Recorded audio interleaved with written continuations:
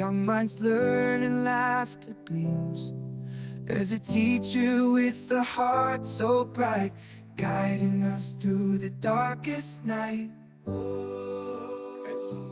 Hello, Martin. How are you? Hey Nate, how's it going? I'm pretty Yeah, good, that's thank you. great to see you. We used to work together, so we know each other well. That's right, some years ago. We just had a good chat. So let's crack straight into it, if that's okay. Sure. Tell me about how many years you've been ALT. Who are your different employers? Yeah, so I'm not an ALT right now, but I did it for about 11 years total. Mm, I originally came, let's see, in 2003. So I was on the JET program. I came right. from America, where I'm from, and I spent 3 years on JET. My first year was on beautiful Sado Island, for those of you familiar with Niigata. After JET, I went back to the US for 2 years to do some teaching credentials at university. Okay. Kind of the reasoning for that was I really enjoyed being an ALT. I really enjoyed my job, Mm. and I wanted to do some like proper schooling in it, get some certification, and really make sure that's something I wanted to do. So, Mark, what type Um, of credentials did you get? Um, I got, what was it? It was TEFL certification. Okay. So it was sort of a year-long program at Mm, a university near where I lived.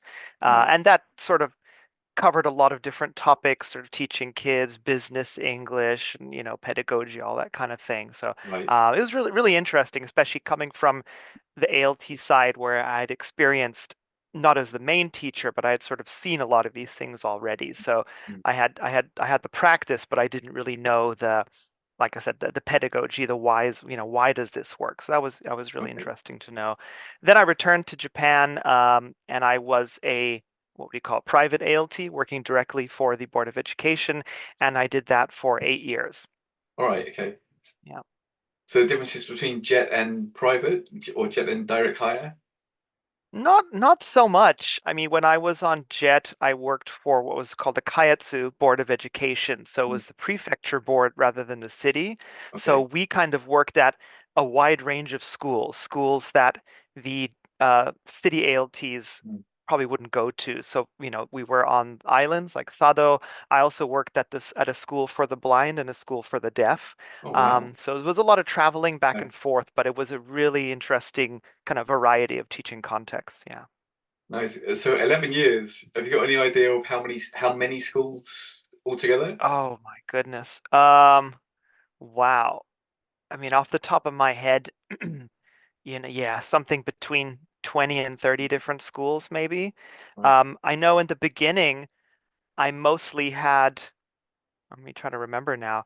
Yeah, I had like a base school. So it's Mm, a school I would go to like 3 days a week, and then the other 2 days were what they called one shots, and it was kind of switching around. So yeah. at that time, it was like only 3 or 4 schools in that year that I went around. But in the last few years, they really added on schools. So I think I was working at a good 6 or 7 different schools.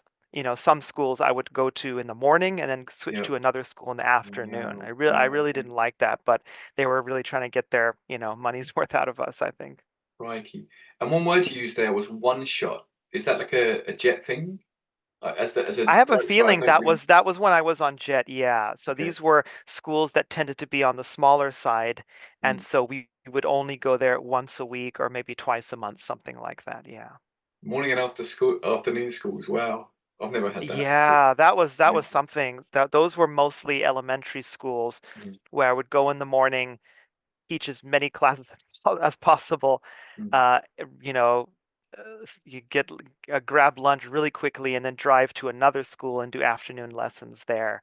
Crikey. Yeah, Okay. that wasn't so much fun. I really did feel like, this kind of like vagrant teacher living out of my car, didn't really have a desk, just kind of showed up and yeah, that was not so great.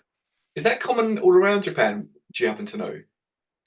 Is that The like a moving yes, a thing? around, I'm not sure. A Like morning I and know in afternoon my wife's school. case, my wife is a school counselor, and her job, Right.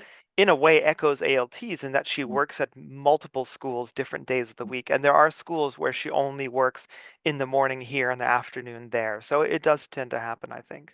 crikey. Just very quickly on that, on Monday last week, there was some Kenshu at a school. And Kenshu was all about parents neglecting their children. And in Niigata City, there's been a rise on it. They had like Niigata City stats. And so the teacher and I were kind of sharing and talking about this. And yeah, the counselor must be a very, very tricky job, with that and many, many other things. But Yeah, yeah. I mean, I hear a lot of, stories from her, and counselors have to deal with so many things from, issues like bullying mm, to students who don't come to school for mm, various reasons, mm. or students who have learning disabilities. It's kind of all over the place. And in many cases, it's often not so much the students, but the parents that counselors have to really, it's like the problems often come from the parents and not the students. Yeah. Are there many counsellors like in Niigata City or prefecture or around Japan? Or, I mean, you get Yeah, to I go to mean many there's schools. a whole, group society of them. Oh, right. Okay. As far as I know, every junior high school is supposed to have its own set counselor, whereas Okay. elementary schools are more on a case by case basis. They're only Okay. sent when they're needed. Yeah. And so most schools don't have a counselor every day. It's a certain day of the week. So like Mm. if you're an ALT and look for the counseling schedule at your school, you'll probably see that it'll say, oh, like Wednesdays, Fridays only, or Tuesday, Thursdays only, that kind of thing. Yeah. Okay, got it. We're off topic there, but just thought I'd ask. So the next question is we talked a second ago about you got some training in the US Right. with TEFL and you got to open your eyes a bit more about why things are happening. So I want to ask more about professional development, like back in Japan, anything from your employers or anything you did within Yeah. organizations or So anything.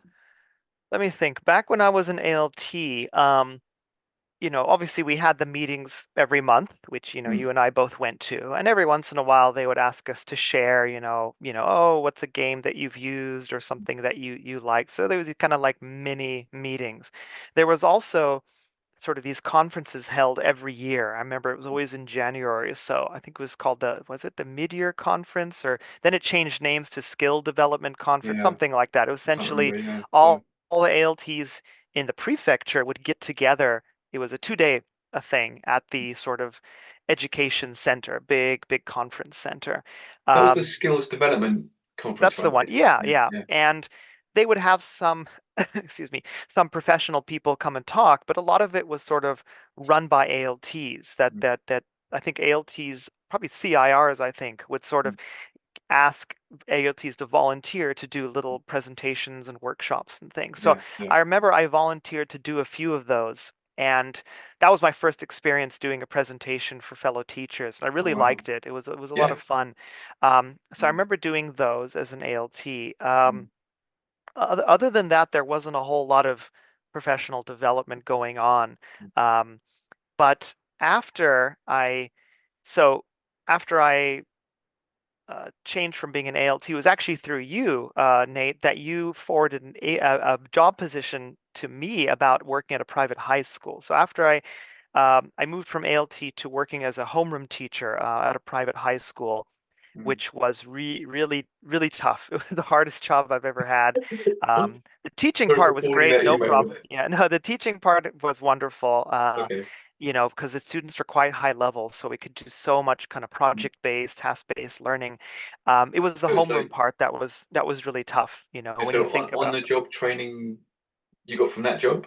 On the job, there were a couple other teachers there who were, non-Japanese. It was supposed to be a kind of semi-international school. So the Mm, idea was that everything was, all the classes, the English classes were in English, homeroom was in English. So I was able to kind of get a lot of support. I was able mm, to shadow other teachers and get that help. But just in general, like, just dealing with so many student problems yeah. of, fighting and stealing and taken to the hospital and all. You're a parent for your class. Mm, No different than ALTs now. If you look at the teachers you work with as a homeroom teacher, mm, and sometimes you see that they're really tired and stressed out, mm, there's mm. a very good reason they're like that. Like, I Yeah, yeah, yeah. understand why. Yeah. Um, but anyway, on that job, I remember once we did get a chance, fully funded by the school, Mm. to travel to one of the JALT conferences. Oh, wow. And I remember that was the one held in 𝗔𝗟𝗧𝗀 many years ago. Yeah. And that I think we even met more there, kind didn't of, we? yeah, opened my eyes that, wow, there are all these different people here, like teaching not just ALTs, but university teachers, academics, people conducting research, writing books, and Wow. Yeah. just the community. My eyes like open to this bigger community. Um, So so that it's was after, your first conference, your first JALT conference. that's correct. Yes, yeah, Okay. Then your eyes completely opened up. Okay. yes, So yeah, what have you yeah. gained like from JALT since then? Have you been like attending more conferences or networking or something? Yeah, yeah, definitely. So I did the high school job for a couple of years, and it was just too much for me. And fortunately, I was able to transfer within that company to a preschool that was run by the same company. It's connected to a medical school, a private university that this company runs. Mm. Um, and so once I started doing that, then I I had a little bit more time on my hands. I wasn't a homeroom teacher anymore. I really liked teaching kids. There were a lot of things that I wanted to kind of learn more about and kind of share information that I had. So I started looking more into JALT. I think I started with ETJ. Some people may be Okay. Yeah. familiar with that. ETJ is a much more kind of like grassroots sort of, group. Anybody can get involved. There's no membership fees or much like that. So I did a lot of stuff with ETJ, and then I learned a little bit more about JALT, and then I sort of moved from ETJ into JALT, and I ended up becoming an officer for several different what they call SIGs, special Yeah. interest groups, Yeah. as well as now I'm an editor for one of their journals. There's quite a few things I do with JALT, Oh wow. and that's been really good. I've been a part of JALT now for what 3, 4 years. So that's increased your networking a lot and Oh your yeah, definitely, definitely. I'd your say teaching expertise too. I mean, is yeah, yeah, I think in terms of the networking, yes, 100%. On one side of it, if you just join JALT, I mean that's obviously good. You meet people, but if you join as an officer, if you join as a part of a group with certain responsibilities and duties, then you're really, in a way, forced to meet people. So I was a program chair for 3 years, which meant I was responsible for organizing events, seminars, finding speakers, vetting proposals, that kind of thing. So you really meet a lot of people, and just as an example, I've through people I've met, I've been asked to contribute to research and papers. So I've been able to publish nice. papers with Yeah. people that I've met through these conferences by, like, finding keynote speakers and stuff like that. So And you mentioned whether you your like it or not, editing. yeah, Wait, sorry, the editing. sorry, you mentioned your editing too. Okay. Yeah. Yes, yeah, that was another teacher who stepped down from an editing position Mm, on what's called there's a journal JALT does called the language teacher, mm. and they said, hey, we're not going to do this anymore. Would you like to take over from us? So I and another teacher are co-editors on that, and that's been really great too. Yeah. That's building your skill base too, right? Oh, sure, sure. Yeah, Yeah. yeah. I had no experience editing before Yeah. that, so finding the people, making the schedule with them, getting the articles, checking them. We do everything through Google Docs, so it's kind of a dialogue. We can see each Mm, other's feedback. Through my own experience with publishing, there's the blind peer review, which yeah. I'm personally not a fan of. It's very cold, and you don't know who the person is. Yeah. So we try to do it in a much more informal way. Yeah. Okay, yeah, yeah. So in January's TLT, there was a really, really interesting interview, and I'm trying to remember what it was. Oh, it was me. Oh yeah, that's right. That's right. I saw your article in there. Yeah. Sorry, buddy. Yeah, so please check it out if you're watching this. I interviewed 𝗟cie Fujimoto-Adamson on her book, Team Teaching in a Globalized World, something like that. And yeah, she had a great book there. So back to you, Martin. Teaching. Let's move on. We've looked at your background, looked at professional development, a bit about your work and your past work. So about teaching, when you were an ALT, this will be most helpful for the ALTs watching. Can you Mhm. tell us like some projects that you did or specific activities or any general Um, things that you let's did see that would here. really help ALTs or Yeah. were very successful? So I started off teaching mostly junior high school. Mm, And that was very much, the typical team teaching thing. I was the mm, assistant teacher, as another teacher in charge of things. Um, so I didn't have a whole lot of freedom. But over time, I steadily moved much towards elementary school. And I'm not sure exactly how it is now, but when I was teaching it, it was, what I often call it like the kind of wild west of education. You would go to a school and the teachers there didn't have a whole lot of training in teaching English, not their fault. They're just kind of thrown into it. Yeah, So yeah, they would yeah, really just say to me, like, please just do what you can, just do yeah, whatever you want. So, and I really liked having that freedom that I could make yeah. my own curriculum, make all my own materials and everything. That was a lot of fun. Mm, And through that freedom, I was able to do some lesson types and projects that I really enjoyed. The one that always that sticks out to me is I got this idea because I remember as an ALT, we had a few times a year, all the ALTs would get together at one ALT school and observe classes, and we would all sort of crowd into the back of the room and we would watch a lesson. Now, the yeah, lessons yeah, themselves were, it was very rehearsed because the yeah, Japanese teacher would know months ahead of time we were coming, and they were usually pretty nervous. They want to show their best class. So it wasn't really a natural class. But yeah, what I always noticed was that the students loved seeing and meeting all these different people. Like they know their yeah, ALT, like, oh, wow, here's my LT. But yeah. suddenly you've Very got, exciting for them. 10, 15, 20 other non-Japanese people suddenly in the classroom. And I thought, like, is there a way that I can, you know, create this atmosphere, in a more controlled way and not have to like invite people over because it can be a hassle to do Yeah, that. yeah. So Time what I consuming. did was I asked, everybody I knew like online, friends and family back home, Mm, and this was in a section where we would talk about jobs, like I want to be a whatever, my dream is to do this or that. So I asked a bunch of people I knew to make short videos of themselves talking about their jobs, their careers. None of these people were teachers. um, so you know the nice thing was often they made the video at their workplace. It was just them with their camera, and they say, oh, hi, my name is such and such. And I kind of gave them a script to follow, like, please hit on these points and don't say what your job is until the end. Like, pause and then say, oh, I am a such and such. So yeah, I yeah. kind of used it as a quiz so they could see the certain work clothes or uniform the person was wearing, Mm, see their place of work in the background, so you've got this kind of visual hints there. mm, They would And because they weren't teachers, they were using what should I call real English, yeah, talking at yeah. very natural speed, sometimes slang, accents, different intonations Mm. that the students didn't get exposed to normally. So they really And enjoyed seeing all these videos. And I got all, and then I had friends of friends, and it sort of mm, just went from there. And I mm, ended up with videos, car mechanics, doctors, mm. soldiers, models, a librarian, all kinds of different, The one that people. stands out for me was that guy who had a TV camera. He was working in a studio. That's right. Yes, yeah, Crikey. yeah. That was a friend of a friend. He was a news camera operator.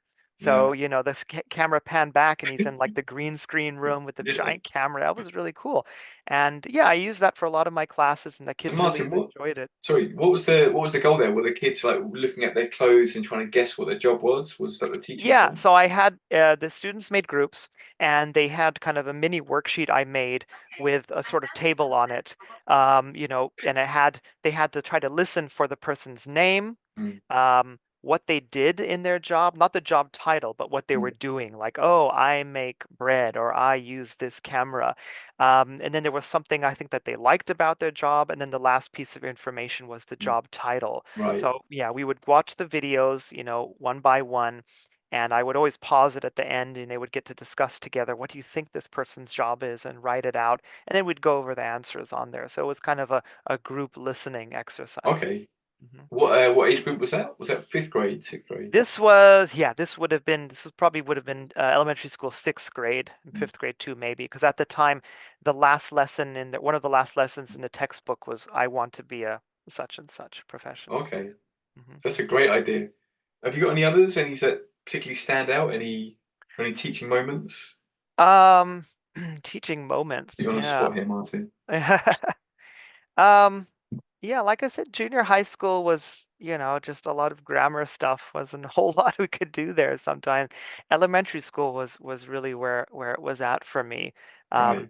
I always tried to like combine, the lesson material with, as much as we could, something with kind of arts and crafts Mm, or games or something.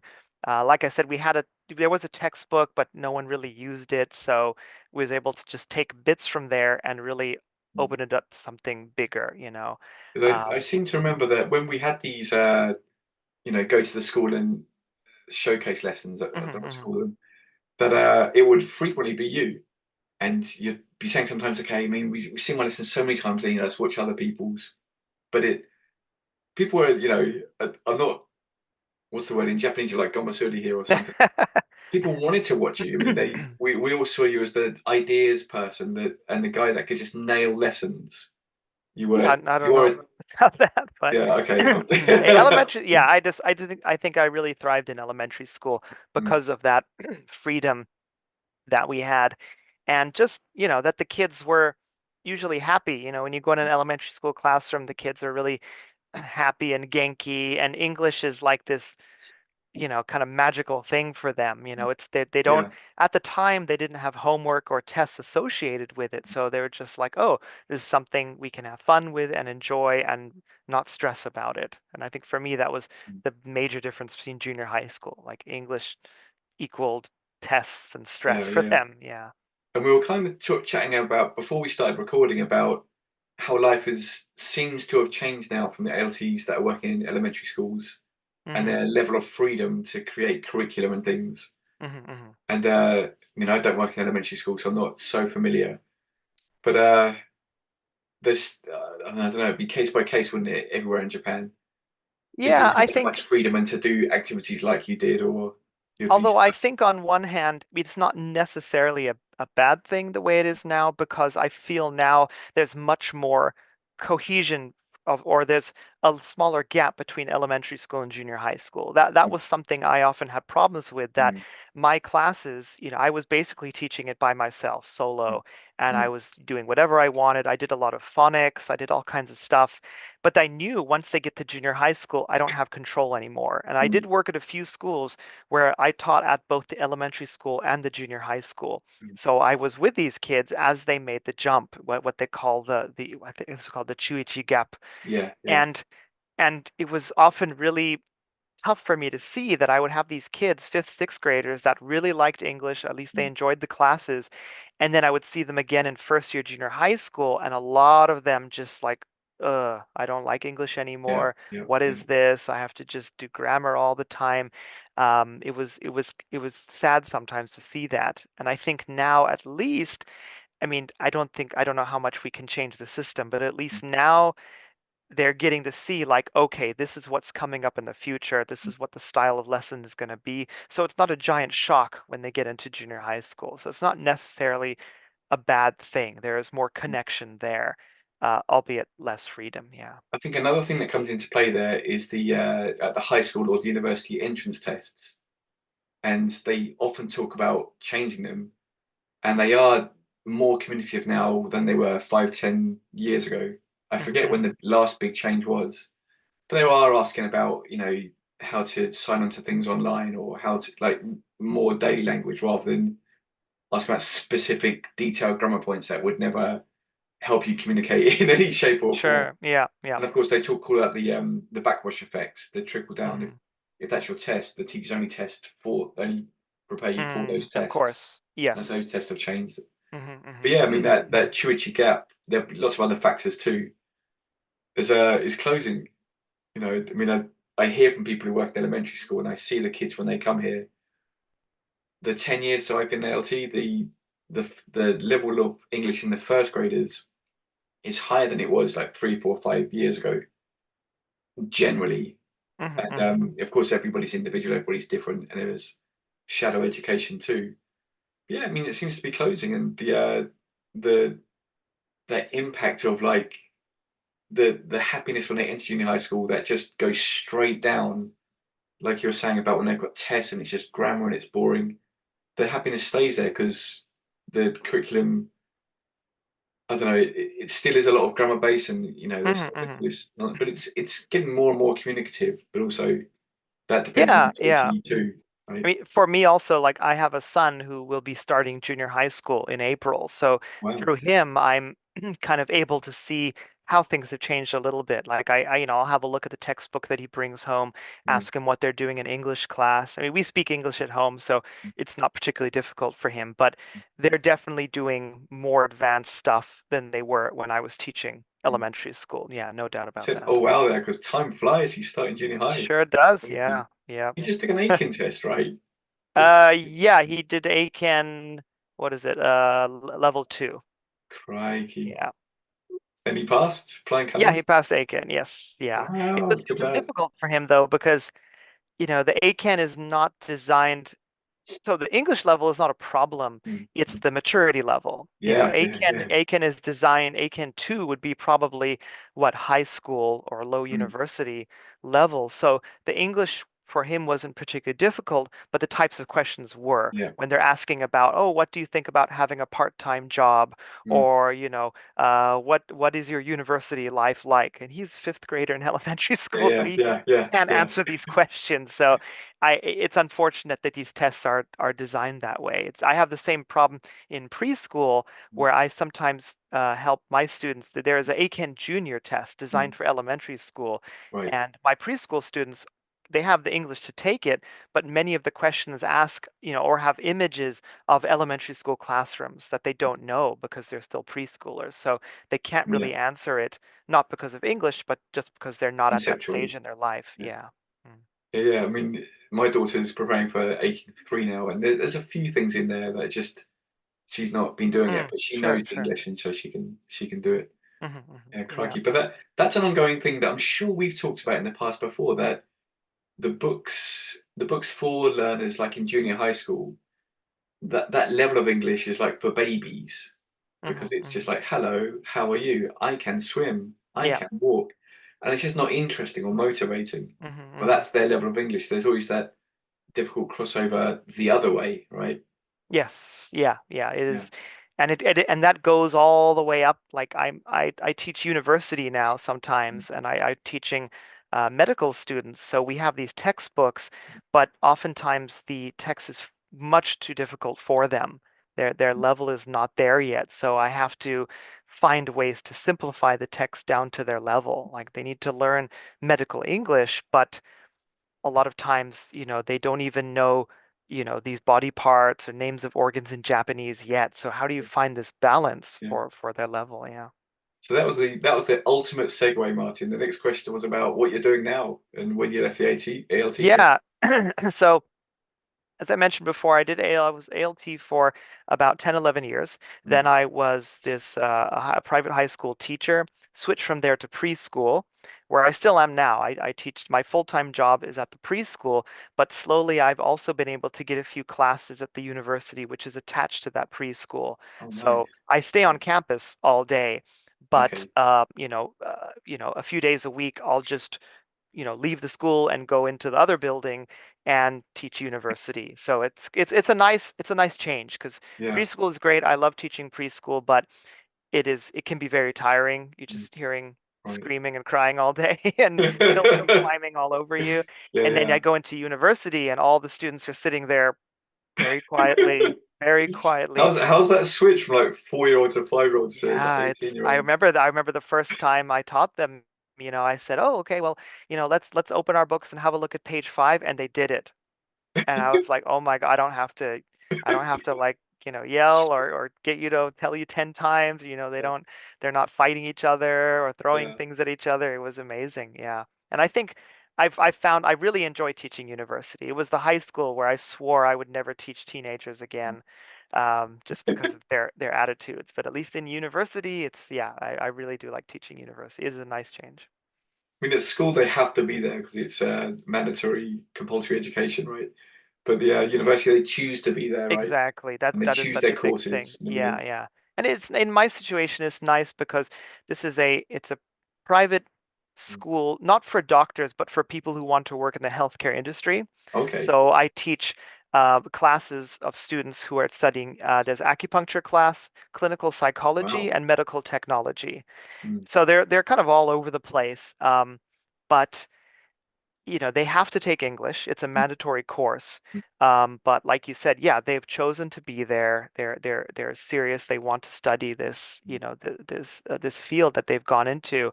So, but they know that English is not, none of them love English and they're not very motivated.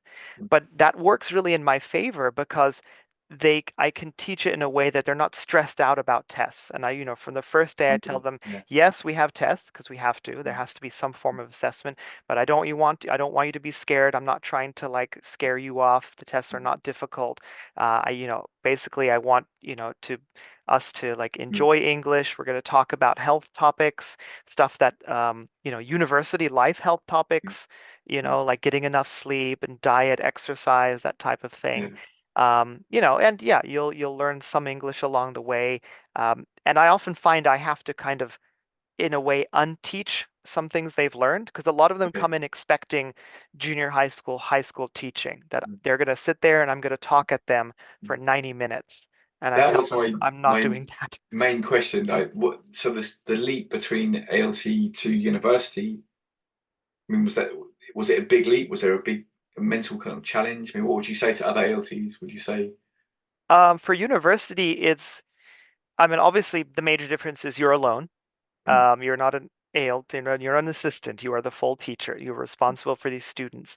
But there's a lot of freedom. I mean, we get to choose our own textbook. We get to make our own curriculum. The curriculum has to be submitted far ahead of time, and it has to be approved. And these are okay, checked by by 𝗵𝗇ᗀ丶. They go over them quite carefully with wow, certain goals, and you have to hit wow, certain points. But yeah, as long as you do that, my lessons are mostly project based. We have a okay, textbook, but the yeah, textbooks, like I mentioned, are quite difficult. So I mainly just use them for vocabulary. right, And then I try to do a lot of projects with the students. mm, I did a project, for example, where they made groups and they chose some type of ingredient which is very healthy, like yogurt, fish, natto, that type of thing. They had to research about that. What are the health benefits in English? Then they had to make a video of themselves actually cooking with that ingredient. all And right, this generation, these kids, at first I was worried, like, oh, do they know how to make the video? But they yeah, all do TikTok and stuff. They made yeah, these amazing videos with animation and sound effects, and wow, they were they funny. They put surpassed it, humor, huh? yeah, and they had so much creativity in it. Um, one thing that really helped me with the Mm, university classes was feedback. That's something I don't know if ALTs can incorporate this, but if there's a way, at the end of every class, mm, I put a big QR code on the screen, mm, and so all the students use their phones, and I do a very quick anonymous Google Forms survey, and it's basically what is one thing you learned, what is something that was difficult today, and do you have any questions, comments, or concerns about this class? That's it, mm, every class. yeah, yeah, And so because it's anonymous, they're not yeah, afraid to write what they yeah, actually are thinking. And yeah, I've gotten so much feedback about that, yeah, like, oh, I don't like this type of activity, or this was far too difficult, mm, or, or you're using too much Japanese, mm. So I You really, can incorporate it into your future yeah, lessons. yeah, because the students do a big survey, but it's always on the last day of class. So by that Yeah, time, it's too late. yeah, I, yeah, I yeah, want to yeah, help them now. That doesn't help yes, them. yeah, So yeah. I do this survey at the end of every class. It's, 1 minute max. It's very short. And And I I've think gotten so much out of that. It's really helped me. it is realistic for ALTs to incorporate that per se, because Hmm. students at every class they've got to do their, I don't know what it is in Japanese, their feedback of that lesson. They just write a sentence in their diary, whatever it's called, Right, right. and then the JTs, if you ask, will tell you, a couple of students really enjoyed your class, they enjoyed that activity. But of Yeah, course, the JTE has but to I go wonder, yeah, if there books. wasn't a way for ALTs just to have like, a small slip of paper, they just photocopy a bunch of it and just very simple questions in Japanese and maybe even use like a scale, 1 to 5 or 1 to 10 or something, and do There, that. there, Yeah. Related to on this, there Hmm. was a JALT presentation many years ago. There was a university guy, and one of his like run up brush off remarks. It wasn't a major thing in his presentation.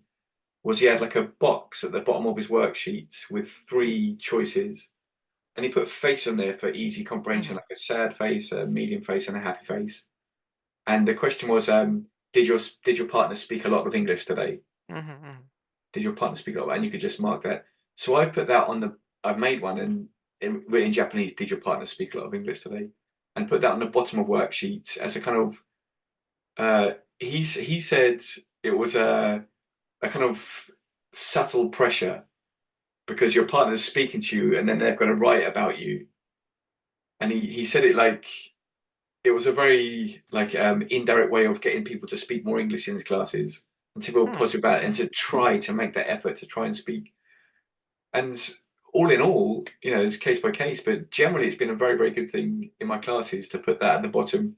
And a lot of the kids will just lie and, you know, just say their friends spoke lots of English anyway, but it gives, they see this and they think it's like a proper assessment and they, oh, I've got to speak more English. And it's, so that's not a detailed thing. It's just a little bit to speak more English and kind Yeah, of some yeah. I feedback. think things like that, and also, like what I do with the feedback, it just shows them that, like for example, you put it on your worksheet. It's not just something they do the worksheet and throw it away. This is Mm. something that you will see or someone will see. So their opinion, whatever it is, their feedback, someone actually sees it. Someone actually takes it into account. And I think that can add a lot to class, that it shows that, oh, my opinion about this, my feeling actually matters.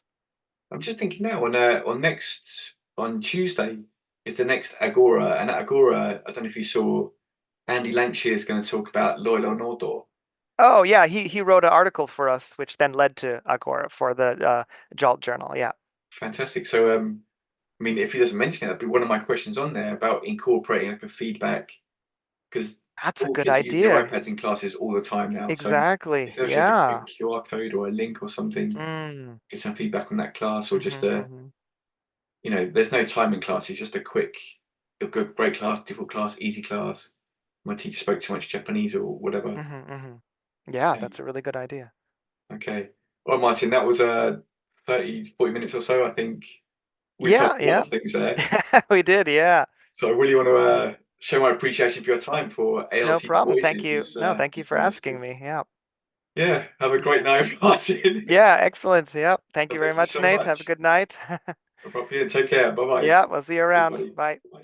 In a classroom filled with dreams, where young minds learn and laughter gleams, there's a teacher with a heart so bright, guiding us through the darkest night. Oh, yeah.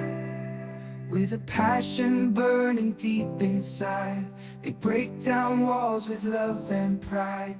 They face the challenges, they never yield. Their determination becomes our shield.